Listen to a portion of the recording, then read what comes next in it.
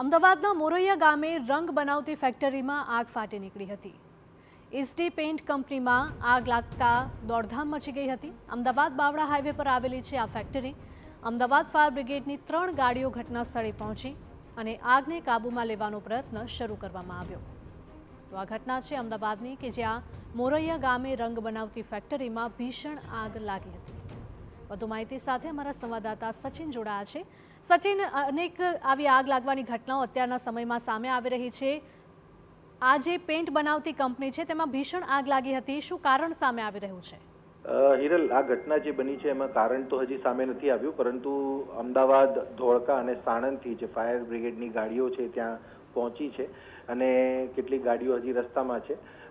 મહત્વની બાબત અહીંયા એ છે કે એસડી પેઇન્ટ કંપની છે, કંપનીમાં જે પ્રકારે આગનું દ્રશ્યો સામે આવી રહ્યા છે આગના, ત્યારે એ ખૂબ વિકરાળ છે અને આપ જોઈ પણ શકો છો કે જે ધડાકાઓ છે એ પણ ત્યાં થતા જોઈ રહ્યા છે આપને।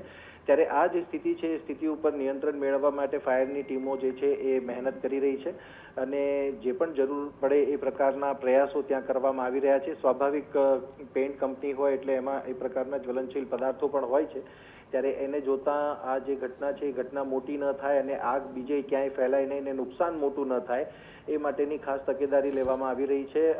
આગનો જે બનાવ છે, બનાવ બાદ જે ધુમાડો નીકળી રહ્યો છે કે જે ધુમાડાના ગોટે ગોટા આપણે જોઈ પણ રહ્યા છે, ત્યારે એ કેટલાય કિલોમીટર દૂર સુધી જોવા મળી રહ્યા છે અને આખી જે ઘટના છે એ ઘટનાને પગલે હવે તમામ જે તંત્ર છે, પોલીસ વિભાગથી માંડીને તમામ કે બીજી કોઈ દુર્ઘટના ન સર્જાય, લોકોને ત્યાંથી દૂર ખસેડવામાં આવી રહ્યા છે અને ફાયરની જે ટીમો છે એ બનતા તમામ પ્રયાસો કરી રહી છે કે આગને કાબૂમાં લઈ લેવાય।